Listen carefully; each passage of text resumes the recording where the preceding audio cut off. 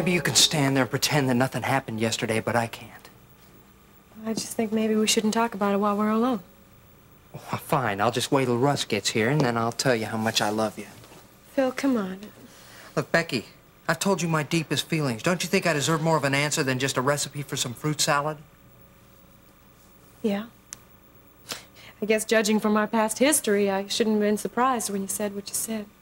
But you were. Yeah. I mean, you made me look at my feelings. Let's face it, living with Russ is like living on the back seat of a roller coaster. You've always been there when I hit the bottom.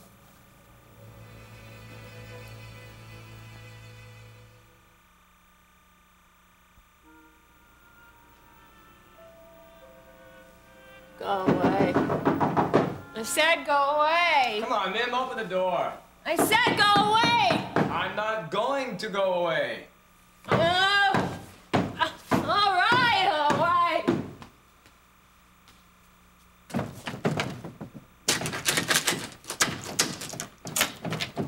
I can't get it open. You'll have to come back. Turn it to the left, ma'am. To the left.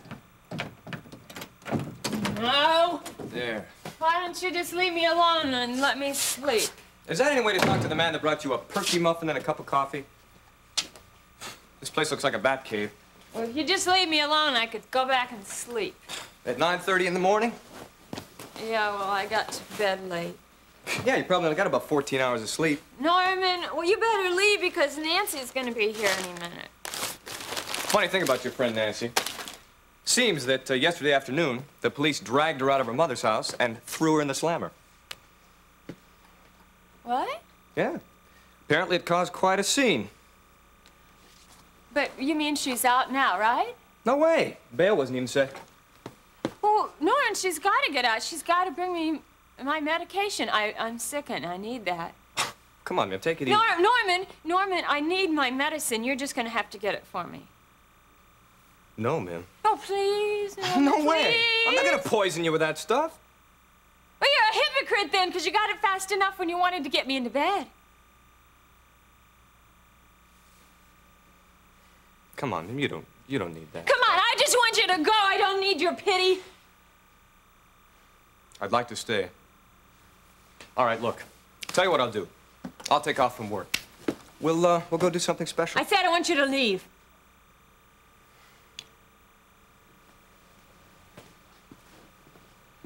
Norman, wait. Norman, you have to get Nancy out of jail for me. Now, but Miriam, come on. Well, no, don't you see that we're the only ones that can help her because nobody else will, because I'm her only friend. There's nothing I can do. No, but Norman, there's got to be, because you know people, don't you, Norman? I mean, please, won't you just help her? I'd really do anything for you if you could.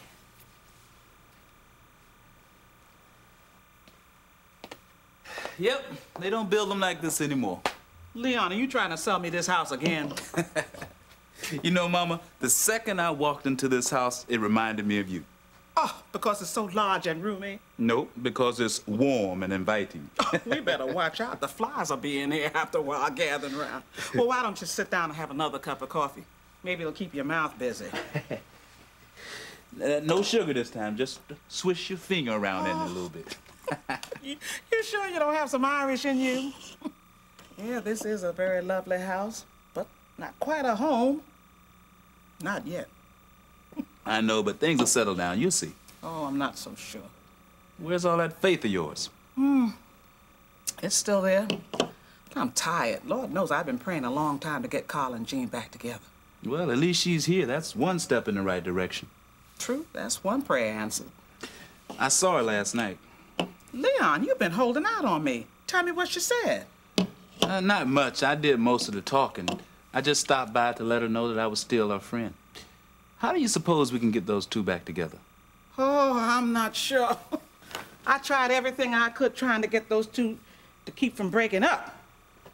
I sometimes forget how hard it is on you. I know, but I have the Lord to call on. Jean and Jimmy, oh, those two for the past 2 years have been hurting. Poor Jimmy. I try to be a mother to him, but you know I'm not his mother. I'm his grandmother. Now, Jean, I am his mother. And he's a grown man, and I can't tell him what to do. Gotta let him make his own mistakes. And you know, sometimes that's a little hard for me to just stand and watch. Yeah. Old Gene can be bullheaded. Well, tell me, what do you think about Jimmy?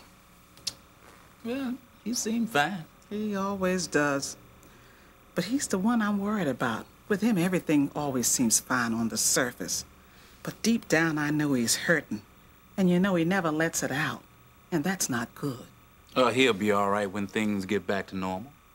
But things are still up in the air. And I won't be able to relax until things settle down. Did Carla tell you anything about her plans? Not a word. Now stop being jumpy. Everything's gonna be all right. Oh, I'm not so sure. You know, as long as Carla and Gene are still legally husband and wife, she can do anything she wants, including leaving town with Jimmy.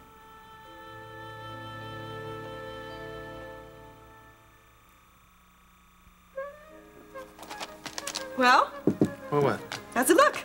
It's okay, I guess. It's kind of funny looking omelets. That's because it's a crepe, you creep. Oh, yeah, it is, isn't it? You know, they say that a way to a man's heart is through his stomach. I think I better learn to write a biology book instead. Probably be easier than a crepe. Hey, can we talk for a second? Yeah, sure. Good. Seconds I've up. been... Russ, this is serious. I know, with us it usually is. Russ, what's the matter? You haven't been yourself for days. Is that all it's been? Days? It seems like weeks. There's no reason why you should be unhappy, you know. Hey, we've had some rough spots, but we got through it, and we're together. So come on, the worst is over. It's like Barry Manilow. He put some violins behind that doll, and we could have a hit. Would you please be serious? I don't want to be serious. Every time we're serious, one of us usually ends up unhappy, and I don't like who it usually is. Russ, come on now. There's nothing to be afraid of anymore. All of our problems are behind us. Look, didn't I get us out of that dump we were living in? Huh? Didn't I? And pretty soon I'm going to be earning enough money that we can just enjoy all the things that make life fun. Now, what could possibly be bothering you? Nothing. Everything's fine. Okay. Okay. Then let's enjoy. And you don't have to eat that. I know it's pretty terrible. No. It's okay, really. Yeah. Yeah. Well, I'm gonna have to think of something else for lunch, because I was gonna stuff it with chicken, but it ain't gonna fly, Orville. It's okay, because I can't show up for lunch anyway. It's not you I was worried about David coming over. Oh. So, this special breakfast is just a dress rehearsal, then? No, but I thought I could kill two birds with one stone. Yo, why don't we make it a threesome, huh? Hey, why don't you call Friendly Phil and invite him, too? I did. Look, Russ, you said you had something else to do, right? Yeah, well, when I get done with that, I'd like to be able to come back to my own house. Oh, sorry, excuse me. I made a mistake. It's your house. No, now, wait a minute. That's not right either. Actually, technically, we're only here as guests. You know something, Beck? You better have yourself a hit song real soon, because Colin just might have us arrested for trespassing. That's not the way it is, and you know it. Now, come on, David made it perfectly clear. Russ, this is our place. Then how come I get the feeling that every time he walks in here, he's checking for holes in the walls? Because you're paranoid? Yeah, well, it's not hard to be when another man's initials are on my bath towels. Look, I don't have time to sit around arguing with you all morning, okay? I'm gonna go fix lunch, and I cannot do it by hanging around here. Yeah, well, hanging around here is the last place that I think Cohen intends for you to stay.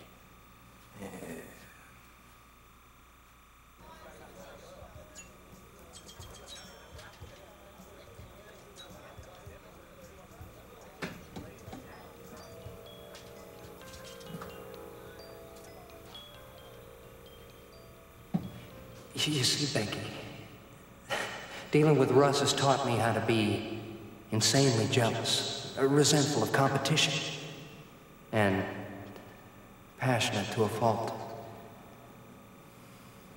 All pretty poor ways of saying I love you. Phil? Phil? Phil? Francis. I told you all that loud music was gonna hurt your ears. What? Oh, no, I was just thinking about something. Wouldn't be the band, would it? No. No, I didn't think so. I'd say Becky would be closer to the mark. Bullseye. Am I that obvious? Probably not to anyone else. I just recognize the symptoms. Well, tell me, doctor, what is your prognosis? Not good. Look, Phil, I know we're worlds apart as far as, well, girls and romance goes. But take my advice. Drop the scene with Becky before it gets out of hand. You're right, Miller. We are worlds apart, so why don't you stay out of something you probably don't understand? I understand, all right. I may not be the expert player you are, but I'm a far better judge. The thing you have for Becky will always be one-sided. Drop it before you get embarrassed. Too late. She already knows my feelings. What did she say? She didn't say anything. Unfortunately, I took her by surprise. Good. I mean, then her feelings weren't reciprocal? No. Not yet, at least. I'm gonna have a little lunch with her today, and I think I intend to pursue this a bit further. What, are you gonna go for a broken jaw this time? You lay off, Miller. What, are you jealous? No. Idealistic. I believe in the sanctity of marriage. Look, this particular marriage is a fiasco. Maybe from your vantage point. But I don't think Becky would agree with you, and neither would Russ.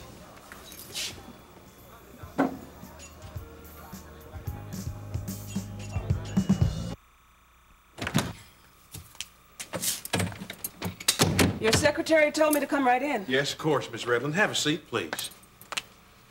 Well, after I left here yesterday, I talked with my husband. More like argue, you should say. Jimmy's staying with me for a while. And, did your husband deny that he never filed for divorce? No, well, how could he? I mean, I confronted him with everything you gave me. Would have made things more interesting if you had. This is all so confusing. I know it is. The main question right now, though, is where do you stand on your marital status? What do you mean? You're still married. You want to be? Jean certainly doesn't want anything to do with me. I guess I don't. But I don't want this to get messy. I mean, I did leave him. Well, that's where a convenient little thing called no-fault divorce comes to the rescue. How does that work? Well, if a couple's been separated long enough... It's 2 years long enough? Oh, yeah, that's more than adequate. If a couple's been separated long enough, then both parties agree to the divorce, no grounds are cited, paperwork's processed expeditiously, and marriage is dissolved. 1, 2, 3, just like that. It's easier than walking down the aisle. You know, it's sad how something that could mean so much could be done away with so unemotionally. Matrimony, Miss Redland, is a country which everybody on the outside's trying to get into. Everybody on the inside's trying to get out of. Is this going to be an expensive proposition? Now, do I look like the kind of attorney who'd charge an exorbitant fee? I would hope that you'd consider suing your husband for alimony, custody of your child, not to mention child support, and a couple other things I won't go into right now. I don't know. There's so much to consider. Well, you think about it. But don't take too much time. Faster the better. I have one more question. Do I have the right to take my son and just leave town? Yeah? Thank you.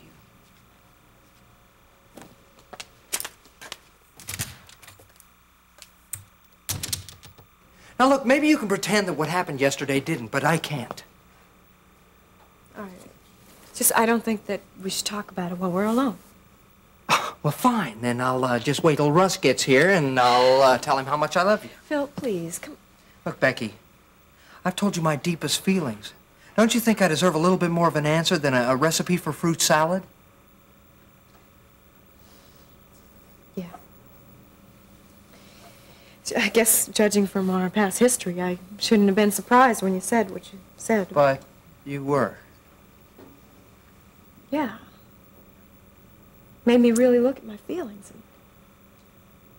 Well, let's face it, Phil, living with Russ is like being seated in the back seat of a roller coaster, and you always been there when I hit the bottom. You and Francis. Oh, so that's it. I'm in the same category as he is. Thanks a No, lot. Phil, come on, look at what you've done for me. Huh? I'm Becky Hewitt again. I like myself for the first time in months, and you're responsible for a lot of that. Hope you don't mind. Use my own key.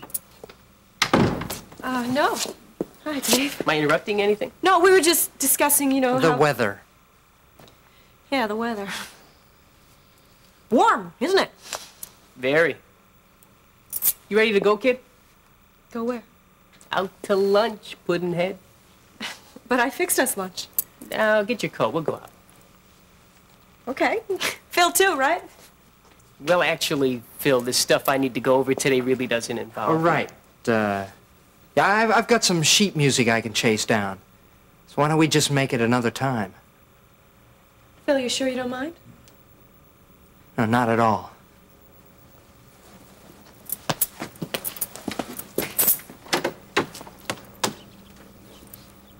See ya.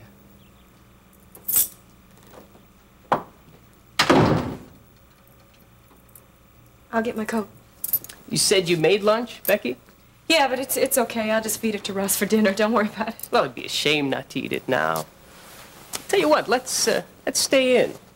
I mean, after all, it's a lot more intimate here than in a noisy restaurant.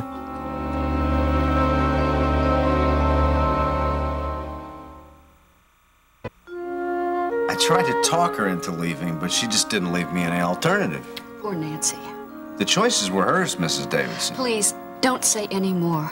It's a horrible thing for anyone to go through, and it's all my fault. Hardly. She's the one that broke the law. Instead of trying to work things out, I slapped a court action against her. I think you're being just a little too hard on yourself here. You did try to work something out. It was her greed that kept her from being reasonable. But can't I bail her out? Isn't there something I can do? Well, I'm afraid not. She violated a court order, not a statute. That's a non-bailable offense. Then maybe she can be transferred to a better jail or something. I'm sorry. She's going to have to stay right where she is until her arraignment. Look, Mrs. Davidson, I don't mean to seem rude, but I'm a little perplexed as to why you would want to help this woman at all. Well, the Bible tells us to forgive, Sergeant. Don't you think you're taking this a little too far? What possible good ever came from hating anybody? Well, I guess I shouldn't be surprised you forgave the man that killed your husband and mother. I'm sorry. No, that's all right. But don't you see, if I hadn't forgiven him, his life would have been destroyed too. Maybe you're right. Look, I tell you what. You could go see Judge Slaymaker. She's the one that issued the order in the first place. I'm not saying that she'll do anything, but she might. Thank you. I just might do that. Well, I gotta get going. Streets won't be safe until I fill out this little report that says how many miles I've driven this week. Well, listen, if you hear anything more about Nancy's case, you'll get in touch with me. Will do. Hello, Mrs. Cummings. Sergeant, how are you? Is everything all right? Well, as good as can be expected, I guess. What brings you by? Oh, I just escaped from the Cummings Home for Delinquent Girls. Can you hide me till it gets dark? Quick, get into the broom closet. That's a delinquent girl, isn't it? Well, I hope it remains singular, but I'm really worried about Jill's effect on Jenny. Well, just remember, train up a child in the way he should go, and when he's old, he will not depart from it. I guess so, but we didn't have any part in raising Jill, and Jenny's so young. How can we expect her not to try to imitate Jill?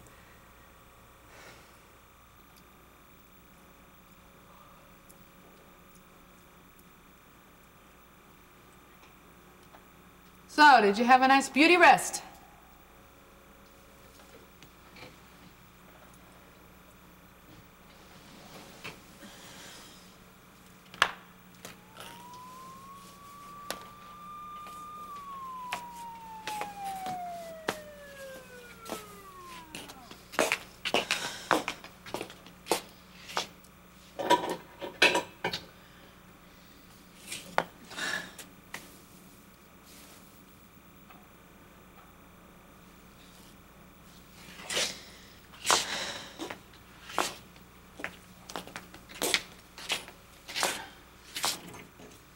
Guard?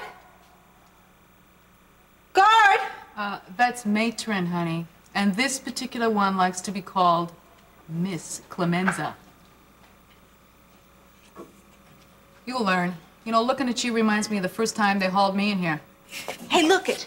I am not a hooker. Oh, we're still playing that game, huh? Will you just leave me alone? Hey, look, I tried to be friendly to you. I mean, I think us girls should stick together, but, you know, I've just about had it. Good. Maybe I'll get some peace and quiet then. Too good for me, huh? You know, I wore nicer than that in my day. I didn't always used to look like this, you know.